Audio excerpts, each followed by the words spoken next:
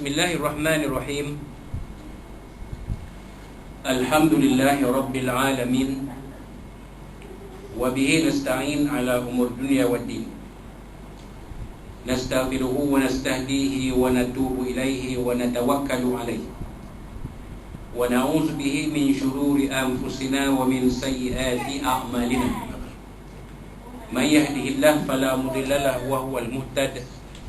وَمَا يُضْلِلْ فَلَنْ تَجِدَ لَهُ وَلِيًّا مُرْشِدًا وَلَا هَادِيَ لَهُ أَشْهَدُ أَنْ لَا إِلَهَ إِلَّا اللَّهُ وَحْدَهُ لَا شَرِيكَ لَهُ وَأَشْهَدُ أَنَّ سَيِّدَنَا مُحَمَّدًا عَبْدُهُ وَرَسُولُهُ اللهم صل وسلم وبارك على هذا النبي الكريم سيدنا وحبيبنا وشفيعنا وزهرنا ومولانا محمد المصطفى وعلى آله وصحبه ومن دعا بدعوته وتمسك بسنته وجاهد في سبيل الله إلى يوم الدين. رب اشرح لي صدري ويسر لي أمري واحلل عقدة من لساني يفقهوا قولي. سبحانك لا علم لنا إلا ما علمتنا إنك أنت العليم الحكيم. ولا حول ولا قوة إلا بالله العلي العظيم. اللهم افتح علينا حكمتك وانشر علينا من خزائن رحمتك يا أرحم الراحمين. اللهم أرنا الحق حقا وارزقنا اتباعه وأرنا الباطل باطلا وارزقنا اجتنابه.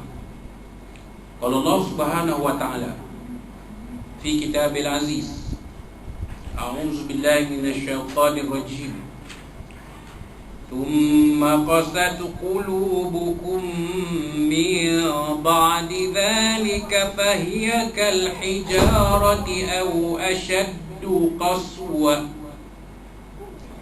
إن من الحجارة لما يتفجر منه الأنهار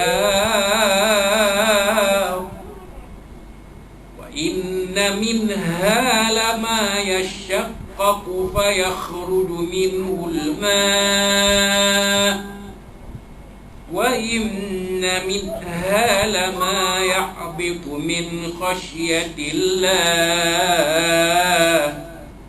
وما الله بغافل عما تعملون. صدق الله العظيم. وقال الله سبحانه وتعالى في القرآن المجيد أعوذ بالله من الشيطان الرجيم قد نرى تقلب وجهك في السماء فلنولينك قبلة ترضاها فول وجهك شطر المسجد الحرام وحيث ما كنتم فولوا وجوهكم شطرة وإن الذين أوتوا الكتاب ليعلمون أنه الحق من ربهم وما الله بغافل عما يعملون.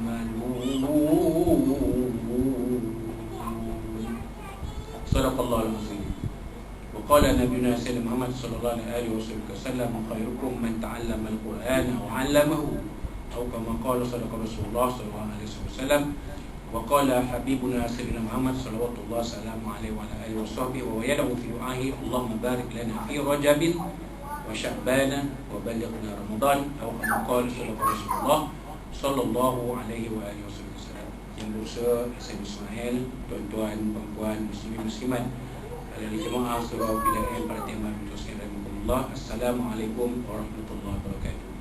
Amma ba'd. Alhamdulillah thumma alhamdulillah, ya, pada malam Rabu malam Khamis ini malam 14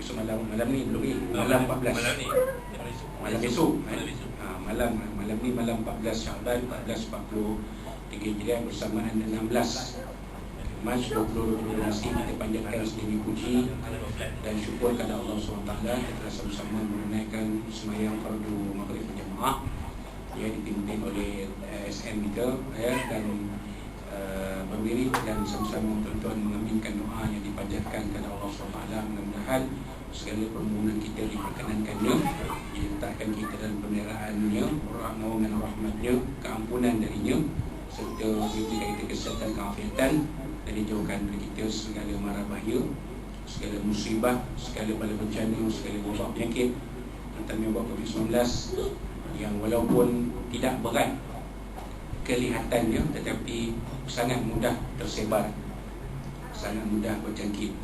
Jadi kita sama-sama berdoa kepada Allah SWT supaya kita dilindungi dari wabak COVID-19 ini dan daripada segala fitnah yang ada pada akhir zaman ini, terutamanya fitnah Masih Dajjal. Itulah fitnah yang paling besar akan wujud pada akhir zaman nanti. Mudah-mudahan Allah SWT wal'iyahzubillah, mudah-mudahan Allah SWT melindungi kita daripada fitnah-fitnah akhir zaman ini.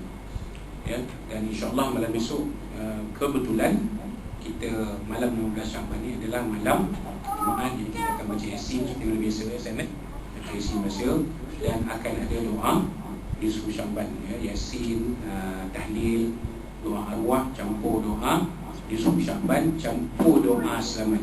Itu. Besok kalau belah sana malam di subuh Syawal dia baca Yasin 3 kali. Baca 3 kali memang betul, saya tak nafi. Terulang. Kalau SM nak 3 kali, dapat 3 kali. Tanya jemaah tak? Tapi saya tidak mahu sesuatu yang membebankan kebanyakan orang. Begitu baca sekali pun ada dah. Kalau nak baca kali kedua ketiga, balik rumah kat teh baca lah. Tak ada masalah. Tambah lagi 2 kali. Tambah lagi 2 kali. Boleh. Boleh. Jam 5. Jam setengah. Sebab tu besok malam tu adalah kerana atas permintaan daripada sahabat-sahabat di JIPS IPK Perak untuk kesejahteraan semua kita sebenarnya daripada wabak COVID-19.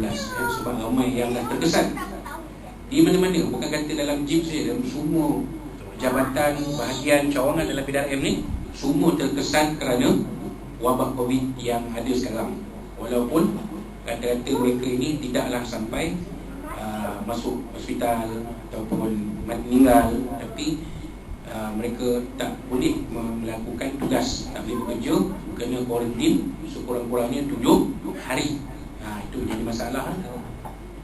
Jadi ada setengah-setengah, saya fahamkan, ada setengah-setengah cawangan hampir lumpuh kerana kebanyakan anggotanya dijangkiti wabak COVID-19 ini. Jadi itulah saya. Jadi sebenarnya Sya'ban tu maknanya kita baca Yasin, tahlil, doa arwah, doa di Sya'ban, dan doa selamat, mohon pada Allah Ta'ala supaya kita dijauhkan daripada wabak COVID-19. Kalau nak kena pun janganlah sekali rap sampai 20 orang, 30 orang kalau boleh. Jadi kita tak nak lah itu, sebab kita akan masuk ke fasa endemik bermula 1 April nanti. Semayang pun tak payah jarak. Kalau di masjid negeri nanti, kalau di masjid Aulia nanti dah tak ada sejarah lagi. Kan? Jadi kita boleh semayang rapat. Tapi rapat macam mana itu masih belum kita ketahui keadaan SOP-nya daripada pihak Majlis Agama Islam Perak dan Jabatan Agama Islam Perak. Belum ada lagi. Tapi yang kita faham macam ni, macam kita buat sekarang ni, itulah yang kemungkinan akan dilaksanakan sebagai SOP. Maknanya tak berjarak tapi mengikut sejadah. Maknanya tidak akan ada sentuhan bahu ke bahu. Cuma sejadah tu rapat sebelah. Jadi dia macam rapatlah soft tu. Satu sejadah tu seorang. Kan? Jadi itulah keadaan dia. Kemungkinan. Tapi kita tunggu sajalah. Pengumuman ataupun bahan daripada pihak berkuasa agama negeri Perak itu tentang SOP solat jemaah di bawah fasa endemik ini, insyaAllah. Tapi yang pasti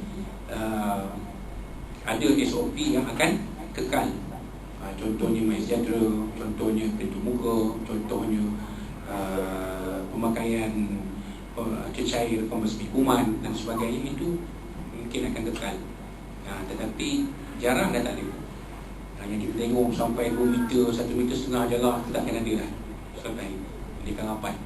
Tapi tak macam dulu lah, tak macam sebelum COVID lah, kita boleh bahu, bersentuh dengan bahu. Itu Saya fikir lama lagi nak dapat kadar itu. Tapi tak apalah. Kaedah fiqh mengatakan la yutraku kulluhu. Tak boleh buat semua, jangan tinggal semua. Tak boleh buat macam mana yang sepatutnya. Tak apalah, jadi tiada penjarakan. Okey, alhamdulillah kan. InsyaAllah. Jadi kita pun rasa gembira dengan perkembangan ini. Cumanya kita kena jagalah diri kita supaya tidak terkena wabak COVID-19. Ikutlah SOP yang telah ditetapkan, insyaAllah, dengan ikhtiar kita, usaha kita, doa kita, dan kita berserah kepada Allah, bertawakal kepada-Nya. Mudah-mudahan kita mampu menghindarkan diri kita, menjauhkan kita daripada wabak COVID-19, insyaAllah. Baik, tuan-tuan yang dirahmati sekalian rahimakumullah, kita kali ini pergi kepada pengajian kitab Tafsir Al-Quran Ibrul Asil. Dulu satu yang disusun oleh almarhum Tuan Guru Tuan Ustaz Tuan Haji Ahmad Sul Haji Muhammad Ar-Riyawi Al-Penyangati rahimahullah ta'ala. Tuan Guru ni asalnya dari Pulau Pengingat di Riau, Indonesia. Jadi kita kupas apa yang disusun dan dikarang oleh beliau dalam kitab Tafsir Ibrul Asil ni. Jadi pada kuliah lalu kita dah ulas uraian ataupun terjemahan ayat ke-74 surah Al-Baqarah, kita dah ulas. Maka kita sekarang ni, kali ini kita nak ulas, kita nak kongsikan apa yang ditulis oleh almarhum Tuan Guru ini tentang tafsiran ayat tersebut. Jadi sebelum tu kita akan baca dulu ayat ni untuk kita faham maknanya nanti. Allah SWT berfirman, A'udzubillahi minasyaitonir rajim, "Tsumma qasat qulubukum min ba'di dzalika fahiya kal hijarati aw ashaddu qaswa. Wa inna minal hijarati lama yatafajjaru minhu al-anhar, wa inna minha lama yashaqqaqu fayakhruju minhu al-ma', wa inna minha lama yahbitu min khashyatillah, wa ma Allahu bighafilin amma ta'malun." Subhanallah azim. Mafhumnya kemudian, ya wahai kaum Yahudi, keras pula hatimu selepas itu. Yang kerasnya seperti batu, malah lebih keras dari itu. Sedangkan setengah daripada batu itu, daripadanya terpancar sungai, dan di antara batu-batu itu ada yang terbelah, dia situ keluar air, dan setengahnya pula jatuh kerana takutkan Allah. Tidak ada sekali-kali Allah akan lalai, yakni daripada mengetahui apa yang kamu kerjakan. Itu terjemahan dia lah. Jadi apa yang ditafsirkan ataupun apa yang dihuraikan oleh Tuan Guru, almarhum Tuan Guru ini yang kita akan kongsi malam ni, insyaAllah. Ayat ini membayangkan kiasan Allah SWT terhadap kepada kaum Yahudi pada zaman Nabi SAW dan terhadap orang-orang yang berperkerti seperti mereka. Allah mensifatkan kedegilan atau kerosakan pribadi orang-orang yang degil disebabkan keengganan mengetahui perkara yang baik, yang hak dan benar. Digambarkan hati keras seperti batu, malah lebih keras dari itu. Itu dia tuan. Jadi Allah Ta'ala mengkiaskan hati orang yang telah melihat adanya kebenaran, adanya perkara hak, adanya fakta, adanya kenyataan di hadapan mereka, tapi mereka tak menerima kebenaran itu, maka Allah Ta'ala menyifatkan hati orang-orang ini keras seperti batu, malah lebih keras daripada batu.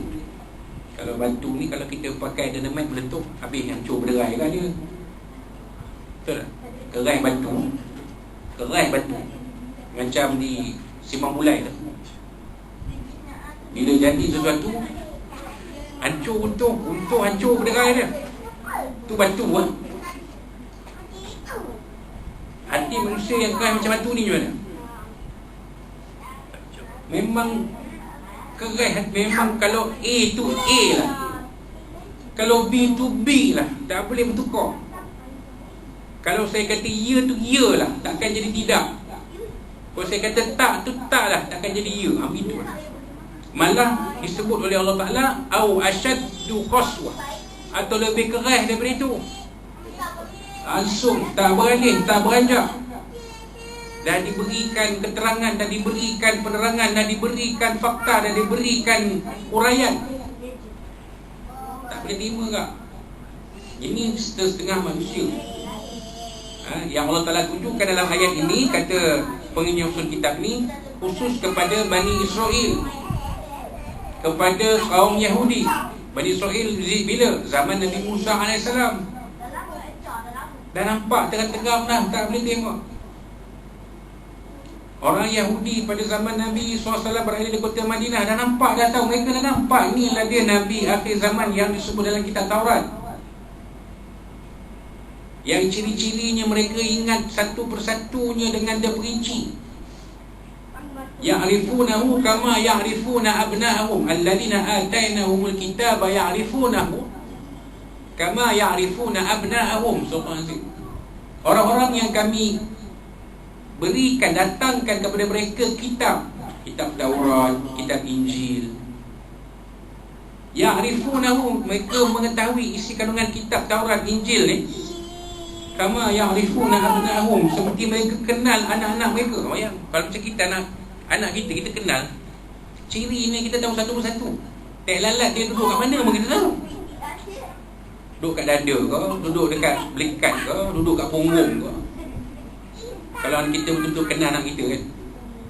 Ni orang Yahudi ni, mereka tahu Nabi SAW tu ciri-ciri baginda dalam kitab Taurat tu satu persatu.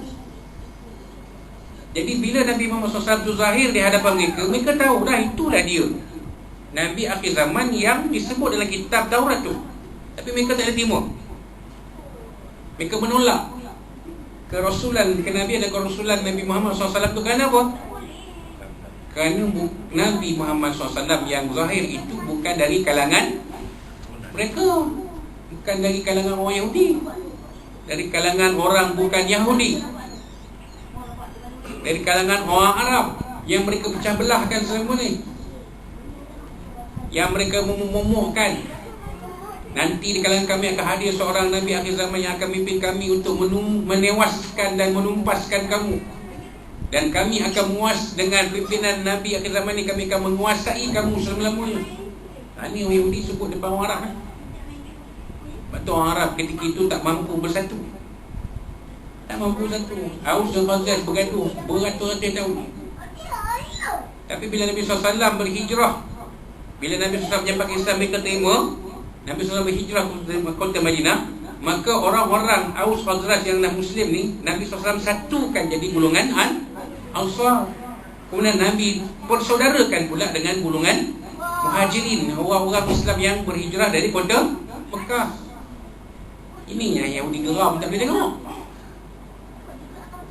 Itu mereka, hati mereka tu keras, malah lebih keras daripada batu. Baik. Di sini Tuhan telah memilih jenis batu, tidak jenis besi untuk jadi misalan. Padahal besi pada pandangan kita suatu logam yang mengatasi kerasnya batu. Sebenarnya pilihan Tuhan itu memangnya tepat. Sekeras-keras besi masih akan dapat dilembutkan, dilebur atau dicairkan dengan kuasa api. Sedang batu sejak dahulu adalah merupakan lambang kekokohan dan keteguhan. Di samping kita pun mengetahui zaman batu beribu tahun telah melalui zaman besi. Dalam sejarah tamadun manusia, mana datang dulu, zaman batu ke zaman besi? Zaman batu dulu. Di mana manusia menggunakan serba-serbinya untuk alat perkakah kehidupan daripada batu. Kan? Tak percaya tuan-tuan tengok filem, tengok apa ni, siri kartun klasik Flintstone. Kereta pun buat dari batu. Kereta buat dari batu, cumanya tak ada minyak. Bila dekat kereta, dia pijak kaki ke bawah tanah, dia tendang, kereta berjalan. Nampak? Tu teknologi waktu itu, kata pelukis kartun Flintstone lah. Dia bayangkan zaman batu tu, manusia duduk dalam gua tu, pada zaman tu dah ada kereta dah. Dia bayangkan. Jadi bila naik kereta nak pergi mana-mana tu tendang, duduk kaki tu tendang, repung jalan. Kan? Bayangkan. Kereta dibuat daripada batu. Maknanya manusia ketika zaman batu tu, mereka serba-serbinya daripada batu. Sampai satu masa, satu ketika, satu zaman berubah. Akhirnya jadi zaman besi, Iron Age, di mana manusia dah pandai menggunakan besi. Wa alannal hadid, Rasulullah sebut dalam Quran. Allah tak jadikan keistimewaan Nabi Daud AS boleh melembutkan besi dengan tangan dia, tak perlu api. Maknanya sebelum zaman Nabi Daud tu, manusia dah guna besi dah. Manusia dah guna besi dalam kehidupan. Cuma guna besi pakai api kan. Nabi Daud, mukjizat dia, tak perlu guna api untuk melembutkan besi. Dia boleh lembutkan besi macam orang uli Husnai, orang tebak Husnai. Macam tu pakai tangan dia je. Itu mukjizat Nabi Daud alaihi salam. Itu yang kata luar biasa. Yang biasanya melenturkan, melembutkan besi menggunakan api. Itu yang biasa. Yang luar biasa pakai tangan aja. Sebab kalau kita baca dalam kitab-kitab tauhid, apa makna mukjizat? Mukjizat ialah perkara luar biasa. Jadi bila luar biasa tu, bila kita tengok besi kan, Nabi Daud melembutkan besi, takkan pelik. Orang lain pun melembutkan besi juga. Tapi cuba baca ujung, melembutkan besi dengan tangan-tangannya, dengan kedua belah tangannya. Biasa ke luar biasa? Luar biasa lah. Itu dia katakan mukjizat. Itu pun peninggalan atau bekas-bekas zaman bahari, seperti puing-puing atau robohan atau istana dari kajian Greek tua, Rom dan Parsi. Juga ahram, yakni piramid negeri Mesir, tembok besar negeri China, candi-candi di Kepulauan Melayu dan lain-lain lagi adalah merupakan batu-batu belaka yang masih kokoh, sedang besinya telah hancur menjadi bubuk dimakan zaman. Jadi bangunan yang dibina daripada batu sampai hari ini ada. Piramid dibina daripada batu. Candi Borobudur dibina daripada batu. Angkor Wat di Kemboja dibina daripada batu. Apa lagi yang kita lihat 7 keajaiban di dunia? 7 wonders kan? 7 wonders kan? 7 kepelikan dunia. Keajaiban dunia kan? Buat daripada batu semua. Mana satu keajaiban dunia yang diperbuat daripada besi? Tak ada. Menunjukkan batu tu memang kokoh. Apabila dah dibentuk jadi bangunan, dia kokoh. Macam flat kita ni. Cuba kalau flat kita buat daripada kayu macam orang nak belajar kan, orang letak petrol bom terbakar habis dengan kita dengan usaha dengan UMAI habis kali. Tu kalau flat dibuat daripada kayu. Cuba kan kita buat daripada batu, dia akan kokoh bertahun-tahun lama dia. Tu flat Bukit Aman tu, daripada tahun 1973 sampai hari ni dah sebaya dengan saya. Hampir tahun depan 50 tahun boleh dah tu. Tan Sri IGP nak buat sambutan 50 tahun flat Bukit Aman. Boleh tu. Macam mana? Jubli perak ke Jubli emas? Itu apa? 50 tahun. Flat pada tembak ni berapa usia dia? Kena tanya orang lama ni berapa usia. Mula-mula dibina flat pada tembak ni tahun bila? 80 berapa?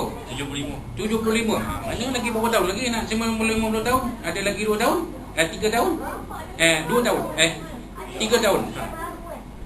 Nak 50 tahun. Maksudnya bangunan yang dibina dengan batu-batu, dia akan kokoh dan bertahan lama. Tu dia. Demikian bukti kerasnya batu. Namun begitu hati mereka lebih keras lagi dari batu, kata Tuhan. Sedangkan batu yang demikian kerasnya dapat ditemusi air yang memancar menganak sungai, merkah bermata air dan gugur dari gunung ke lurah oleh takutnya kepada Allah SWT. Jadi kita lihat sungai kan, sungai membelah gunung, membelah bukit kan, walaupun dia air membelah gunung ganang, batu-batan semua tu. Kenapa jadi macam tu?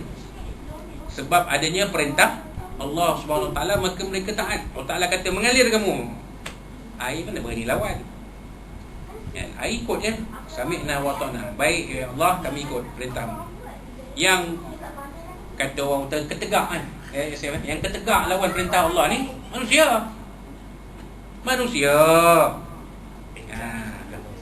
Syaitan pun tak lawan perintah Allah. Allah Ta'ala suruh sujud, dia tak kata saya tak nak sujud. Dia tak cakap, dia diam je. Bila Allah Ta'ala tanya, ya wahai iblis, kenapa kamu tak sujud kepada Adam?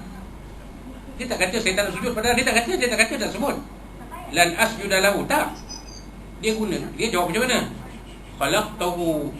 Khalaqtani min nar wa khalaqtahu min tin. Dalam Quran sebut, kamu cipta aku daripada api, Sedang kamu cipta dia dari tanah. Macam mana api nak sujud pada tanah? Nampak? Dia tak kata aku tak nak sujud. Tak ada. Dia tak sebut. Ayat tu tak ada. Nampak? Cuma Allah Ta'ala tanya, kenapa kamu tak sujud kepada Adam? Ada Iblis jawab, aku tak sujud pada Adam. Tak nak. Tak. Maknanya Iblis tidak engkar kepada perintah Allah. Iblis tidak menolak perintah Allah, tapi kerana keegoan diri dia, sifat sombong bongkak dia, dia tak nak sujud pada Adam. Itu dia. Ada dia engkar perintah Allah? Tak. Dia tak kata, wahai Iblis, sujud pada Adam. Dia tak cakap, aku tak mau. Tak. Dia tak sebut. Allah Ta'ala tanya, kenapa kamu tak nak sujud pada Adam? Maka Iblis jawab, kan, kamu cipta aku daripada api, sedang kamu cipta daripada tanah. Takkan api nak sembah tanah? Takkan api tanah lebih mulia dari api? Maknanya syaitan pun tidak engkar kepada perintah Allah. Yang engkar pada perintah Allah ni kita manusia. Allah Ta'ala suruh kita semayang, tak semayang. Allah Ta'ala suruh kita puasa, kita tak puasa. Kita beli plastik hitam, drive-thru, jangan gasum. Tak, itu dah outdate Ustaz, dah ketinggalan zaman Ustaz. Sekarang senang, telefon je GrabFood. Telefon je Food Panda. Hantar je. Dengan dia sekali pun, kan, boleh nego kata, tak apa, Cik ambil sebungkit, Cik order 3, saya belanja 1, Cik ambil 1, saya ambil 2. Rupanya yang hantar tu pun tak puasa. Yang itu manusia, tuan.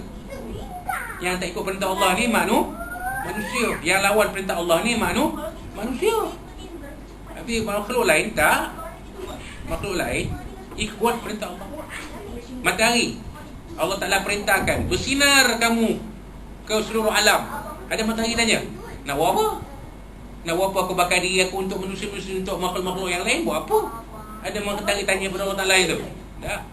Matahari menyinari alam sampai hari ni.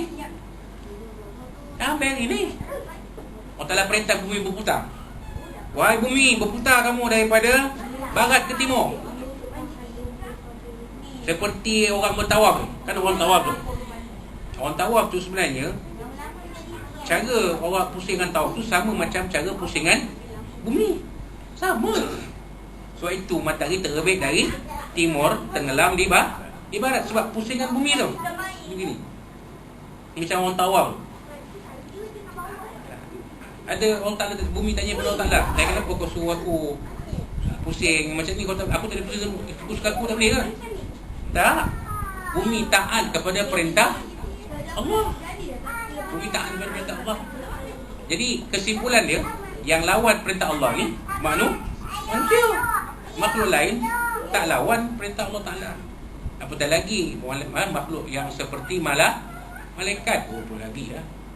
Memang mereka ikut yaf'aluna ma yu'marun, mereka buat apa yang diperintahkan Allah kepada mereka. Nampak kan? Wallahu a'lam. Baik. Kiasan dan misalan yang digambarkan Tuhan dengan sangat indahnya ini, hendaklah jangan dianggap sepi saja oleh orang-orang yang gemar memperhatikan kiasan. Bukan memperhati hanya setakat makrifat saja, tapi juga hendaknya sampai kepada hakikat. Maknanya kita faham kiasan tu bukan faham selapis, kita kena faham sebaik-baiknya. Maknanya ada mesej yang Allah Ta'ala nak sampaikan kepada kita dalam ayat. Maknanya kita ni sebagai manusia, janganlah hati kita keras seperti batu. Gunakan akal kita untuk berfikir, gunakan hati kita untuk menilai. InsyaAllah kita akan nampak kebenaran. Itu maksudnya. Wallahu a'lam. Sesungguhnya aliran sungai yang mengarus mata air yang memancar runtuhan batu dari gegaran atau letusan gunung, tiupan angin yang sepoi-sepoi basah yang menyebabkan nyiur melambai-lambai, padi yang runduk teranggu-anggu, mergas tua berkeliaran riang sepanjang siang, diteruskan oleh serangga dan cengkerik dengan suaranya pada waktu malam. Semua ini pada lahirnya tidak merupakan apa-apa jika dipandang dengan mata kasar, tapi dilihat dengan mata hati. pada hakikatnya adalah merupakan khidmat pengabdian atau perhambaan dari makhluk kepada Khaliqnya, dari hamba kepada Tuhannya. Hakikatnya hanya dapat dirasai oleh masing-masing makhluk itu sendiri, kerana takutnya dan khusyuknya terhadap Tuhan. Sedang makhluk-makhluk yang lain pula masing-masing tiada tahu akan hal yang lain. Itu dia. Macam kita sebut tadi, apa yang kita lihat di sekeliling kita ni adalah pengabdian mereka kepada Allah SWT. Kerana mereka tu hamba, mereka tu makhluk macam kita juga. Mereka tu hamba, mereka itu makhluk, mereka itu adalah hamba kepada Allah SWT. Mereka itu beribadah juga kepada Allah SWT, mengabdikan diri kepada Allah SWT. Macam sungai, macam laut, macam tasik, macam apa, tali apa, mata air, parit dan sebagainya. Dan bertaat pada perintah Allah Ta'ala. Mereka tu semua adalah tentera-tentera Allah. Tengok banjir, manusia jadi cuak apabila berlakunya banjir. Sehebat-hebat manusia, segagah-gagah manusia, bila melihat banjir melanda, apa jadi? Cuak juga, takut juga, takut tenggelam, takut mati lemah. Bekerja mencari tempat selamat, mencari perlindungan. Wah, dia segagah-gagah manusia. Tak kira lah gagah badan ke gagah makan ke, Allah alam kan. Ada juga orang tak gagah badan tapi gagah makan, kan? Sekali makan sampai 3 pinggan, satu sudu 3 pinggan habis. Ada orang macam tu. Yang heran itu tak gemuk-gemuk pula tu. Oh ya, kita pembelik kata si Polan ni makan kau main, kan?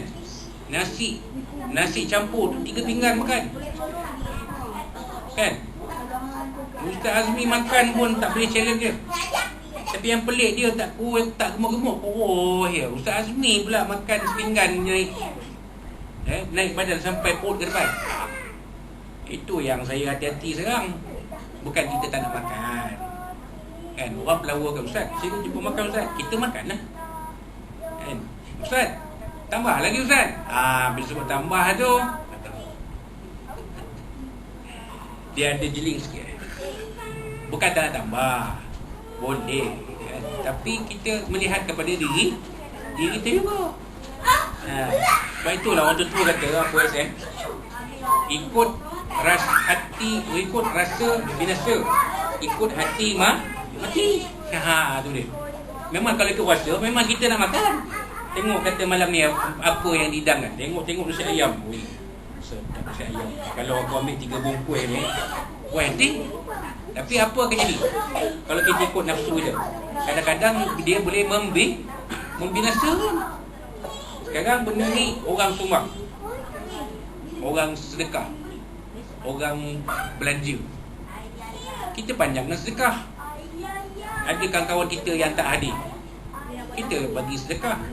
Ada jiran-jiran keliling kita yang tak datang, kita bagi sedekah. Ada sahabat-sahabat kita yang tak dapat hadir kerana tugas, kita bagi sedekah. Bawa tapau tu 3 tu pergi hantar, cik ni ada sikit surau bagi, ni ada sikit rezeki untuk cik malam ni. Kita panjangkan sedekah. Jadi kita makan tu seadanya. Maksud seadanya di sini bukanlah kita sombong tak nak makan, tapi kita kena jaga. Sebab Nabi beritahu, ya, sahabat-sahabat melihat perbuatan Nabi ni, dia makan bila betul-betul lapar, dan dia berhenti sebelum kenyang.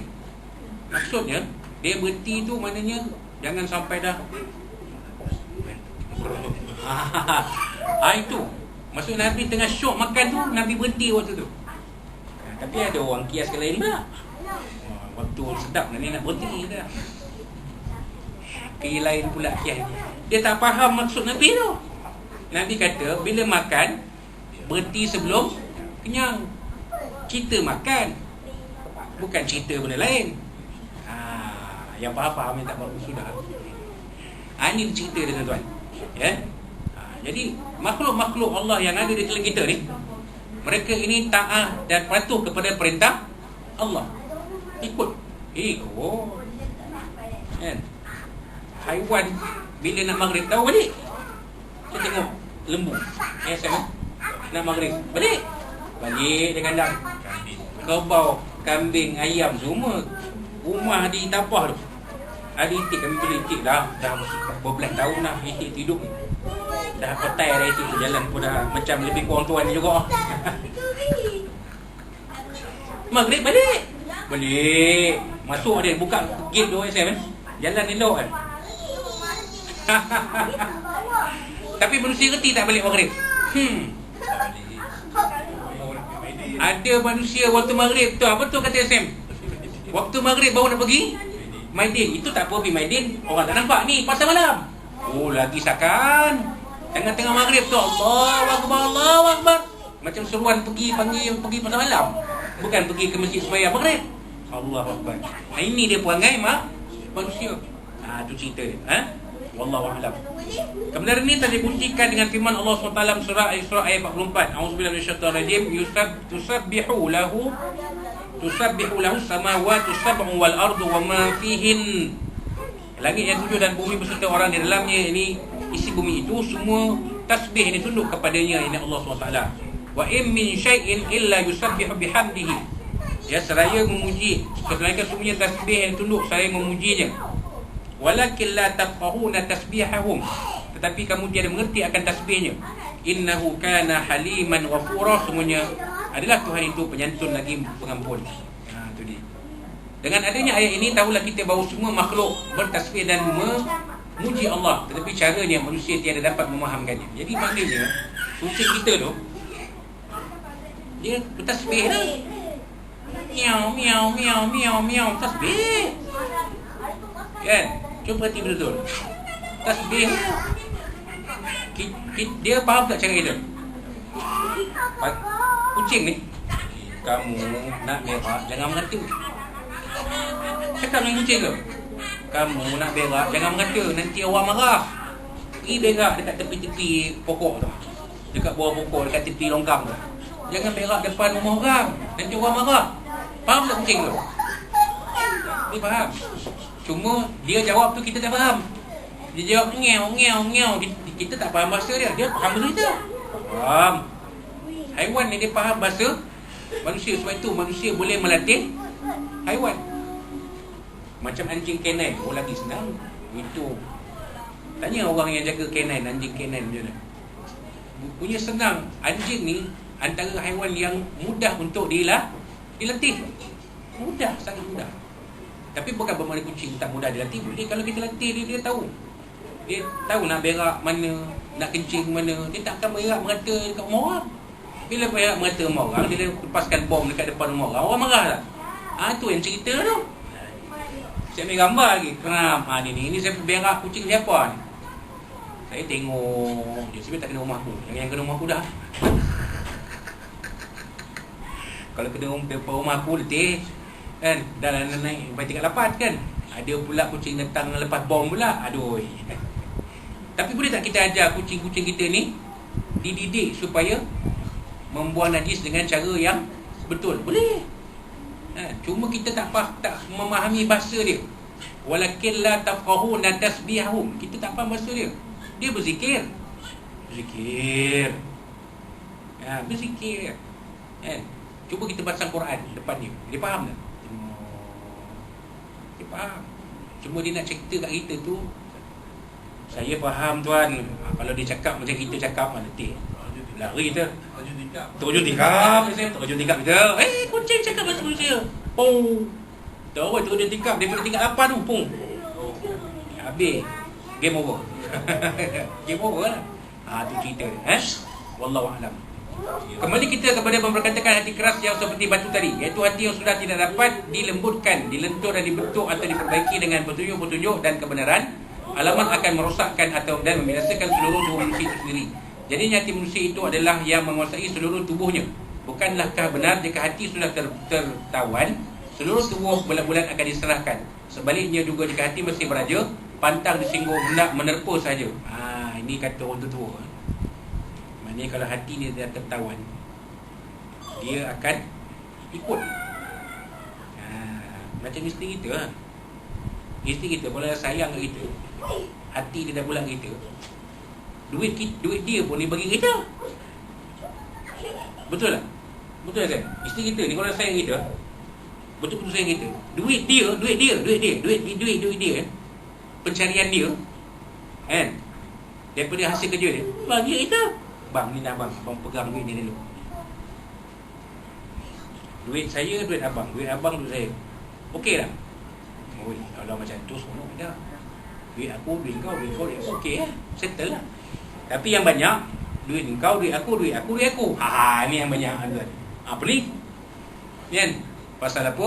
Sebab kita nak tanggung semua. Tu cerita dia. Itu cerita lain lah. Nak cerita pasal kasih tadi. Kan? Apabila hati kita dah betul-betul tertawan kasih kepada Allah SWT, apa Ta'ala suruh kita buat tak?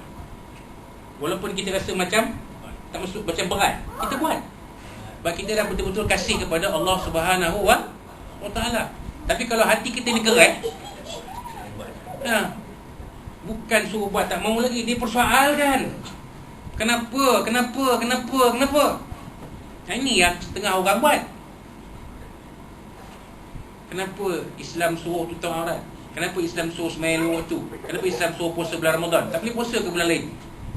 Tak boleh puasa ke bulan Syawal ke, bulan Zulkaidah ke, bulan Muharram ke, bulan Safar ke? Nak kena puasa bulan Ramadan juga? Taklah, ni orang yang mempersoalkan hukum Allah ni cerita ni. Kenapa sembahyang 5 waktu? Tak boleh sembahyang 2 waktu. Tapi sembahyang, jadi kita ingat Allah Ta'ala lah, sembahyang sekatu waktu cukup lah. Pagi bangun sembahyang dah lah. Kenapa sampai 5 kali? Dah diwajibkan. Tu kita yang hati kita dah kasih kepada Allah, kita terima. Bagaimana orang yang hati dia keras tak boleh terima, tak kasih kepada Allah, maka hati dia jadi keras. Mempersoal je kerja dia. Kan? Wallahu a'lam. Baik. Junjungan kita Nabi besar Nabi Muhammad SAW telah bersabda mengenai hati ini seperti berikut: ala wa inna fil jasadi mudghah, ketahuilah bahawa dalam jasad tu, badan manusia itu ada seketul daging. Idza solat solahal jasadu kullu, apabila baik ia, maka baiklah seluruh jasadnya, jasad itu seluruhnya. Wa idza fasadat fasada jasadu kullu, dan bila rosak ia, maka rosak jasad itu seluruhnya. Ala wahyal qalb, ketahuilah ia adalah sekeping hati. Mana benda hati? Balik pada hati. Kalau hati bersih, kalau hati kotor, hati bersih ni semua jadi bersih. Kan? Kata-kata kita bersih, perbuatan kita bersih, amal ibadah kita bersih. Tapi kalau hati kita kotor, lidah kita kotor, perbuatan kita kotor, ibadah kita pun ada kekotoran. Aduh, semayang bukan kerana Allah, semayang kerana nak tunjuk dekat SM. Aku ni orang yang kaki semayang tau. Jangan persoalan aku pergi semayang. Aku pergi masjid, aku pergi surau. Jadi semayang tu bukan kerana Allah, kerana nak menunjuk pada ria'an nas, Al-Quran sebut. Kerana nak riak kepada manusia. Kan? Bila tak ada macam ni, berapa kerat yang turun? Bila Datuk KP turun, bila Tuan Rosbili turun, bila pemimpin turun, apa jadi SM? Tahu tak apa? Anda jawab tadi tu. Aduh dia. Jadi sembahyang tu kadang turun ke surau tu kerana apa? Kerana apa? Kerana Allah? Atau kerana nak tunjuk kepada manusia? Nak wayang depan manusia? Nak tunjuk, nak ambil hati manusia? Apa tak pergi orang? Tak ada channel bakat ni, nak exercise naik bakat ni. Daripada 43 nak naik jadi crown ni. Kalau aku dah turun ke orang, recommendation tak ada. Nampak? Contoh. Tak ada kena-mengena dengan siapa sama ada hidup ataupun yang telah mati. Tapi tu cerita dia. Mana-mana pun super. Kalau pergi kampung, masjid kampung pun super. YB turun, so pertama dia tak ada syan hardcore semua yang belakang. Hardcore semua belakang, yang depan-depan VIP pun. Cuba kalau hari biasa. Ini kita ni lah nak cerita dia. Jadi semayang tu kerana apa? Ini yang Nabi kata, bila hati kita tu bermasalah, semua jadi masalah.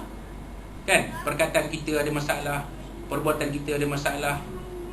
Jadi SM nak kenal anggota bermasalah, punca dia daripada hati yang bermasalah. Hati dia tu dah bermasalah. Jadi kata-kata dia bermasalah, perbuatan dia bermasalah, kerja dia bermasalah. Kita nak sebenarnya nasihat macam mana? Itulah ayat dia. Kamu jadi macam ni, sebenarnya hati kamu ni bermasalah. Apa sebenarnya adalah hati kamu ni? Cuba cerita dengan saya. Itu lah. Memang kita akan tahu lah, oh, punya hati dia ada penyakit. Hati dia rosak. Maka semua diterjemahkan daripada perkataan dia, perbuatan dia, amal ibadah dia. Palas. Itu Nabi SAW sebut. Apa-apa pun. Dan benda ni bukan orang awam dia, orang agama pun kena, Sam. Kena. Awak dah tengok dah. Kan? Saya dah tengok benda-benda, kita dah tengok benda ni. Cuma kita tak nak aib kena siapa lah. Memang ada. Sebab manusia yang tak ada penyakit hati ni hanya para nabi dan para rasul. Itu saja.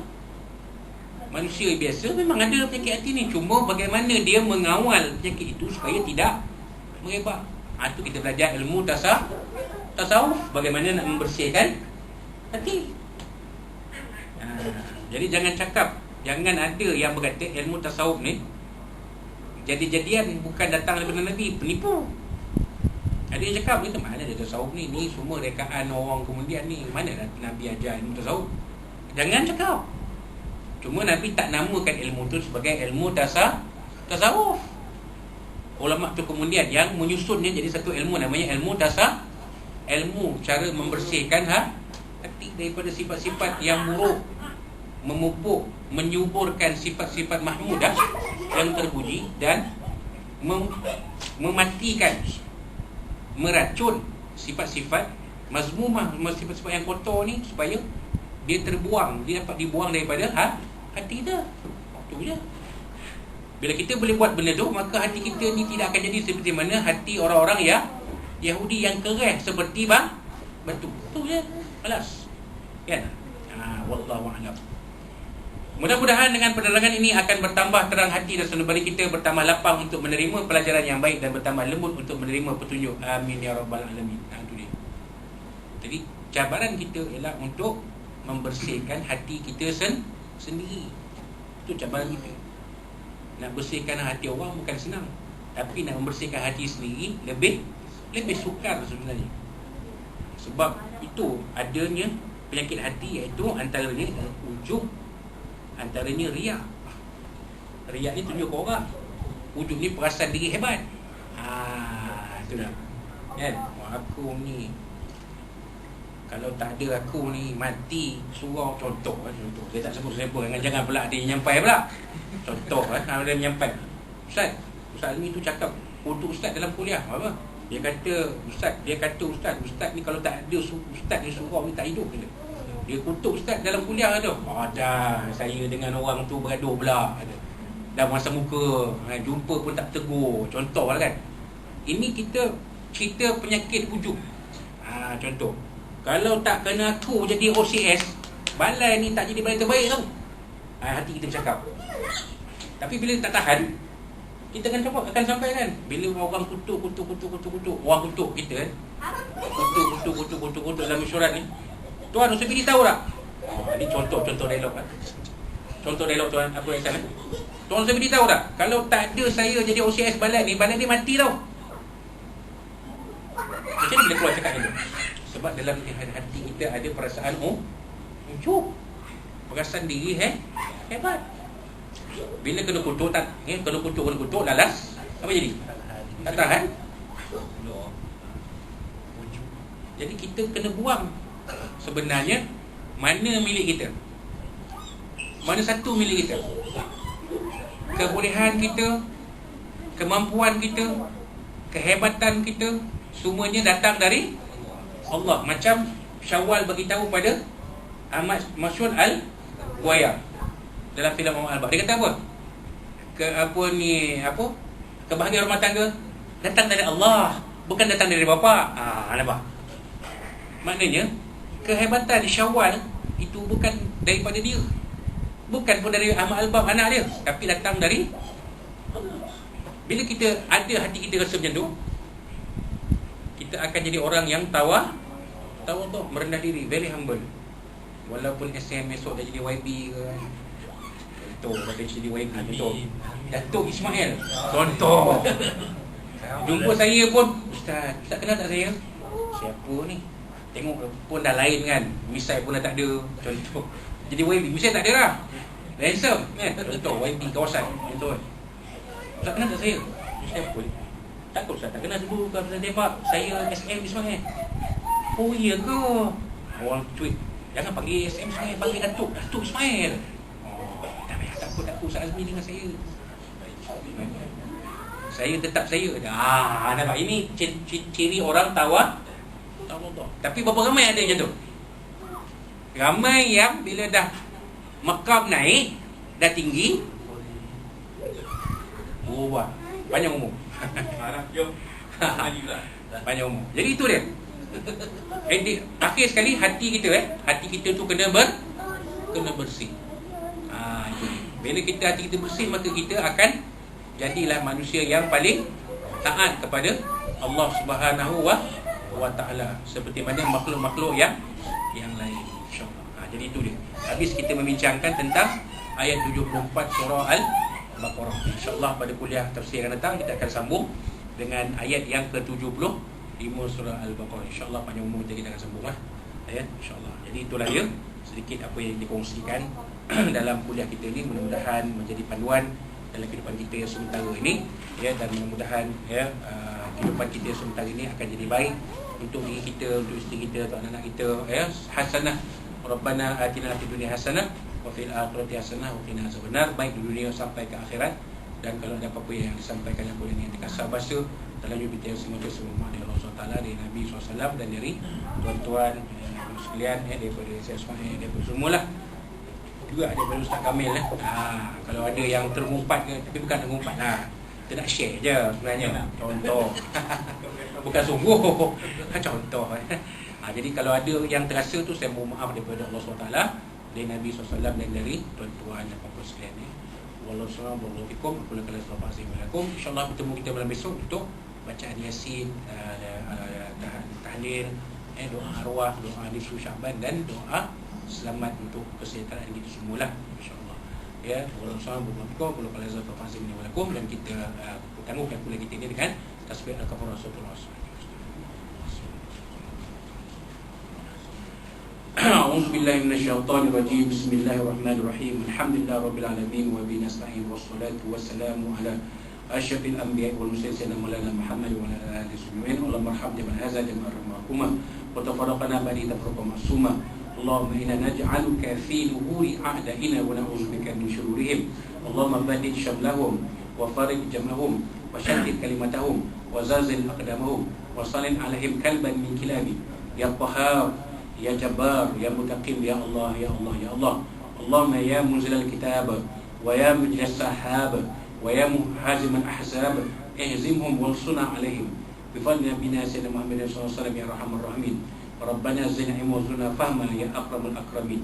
Allahumma irfa' 'anna al-bala' wal waba' sabr al-quruna wal ghala' wal mihan wal fitan ma zahara minha wa ma batan an biladina hadha khassa wa asali buldani 'amma bifadlika wujudika wa karamika wa karamina bi nasir wa musir arhamar rahimin. Allahumma inna na'udzubika minal baras wal junun wal juzam wa min sayyi'il asqam, ya arhamar rahimin. Rabbana Allahumma barik fi Rajabin wa Sya'ban wa ballighna Ramadan. Rabbana atina fid dunya hasanah wa fil akhirati hasanah wa qina azabannar. Rabbana 'alaika tawakkalna wa ilaika anabna wa ilaikal masir. Rabbana taqabbal minna du'ana wa majlisana wa limana wa liqana wa 'amala fi hadhihi al-lailati mubarakah min syarri sya'ban barakika as-sami'il 'alim. Antum alaina ya maulana innaka at-tawwabur rahim. Dawana fiha subhanallahi wa jatna fiha salamun wa dawana alhamdulillah rabbil alamin. Taqabbalallahu minkum inna minkum taqabbal karim. Billahi taufiq. Assalamualaikum warahmatullahi wabarakatuh.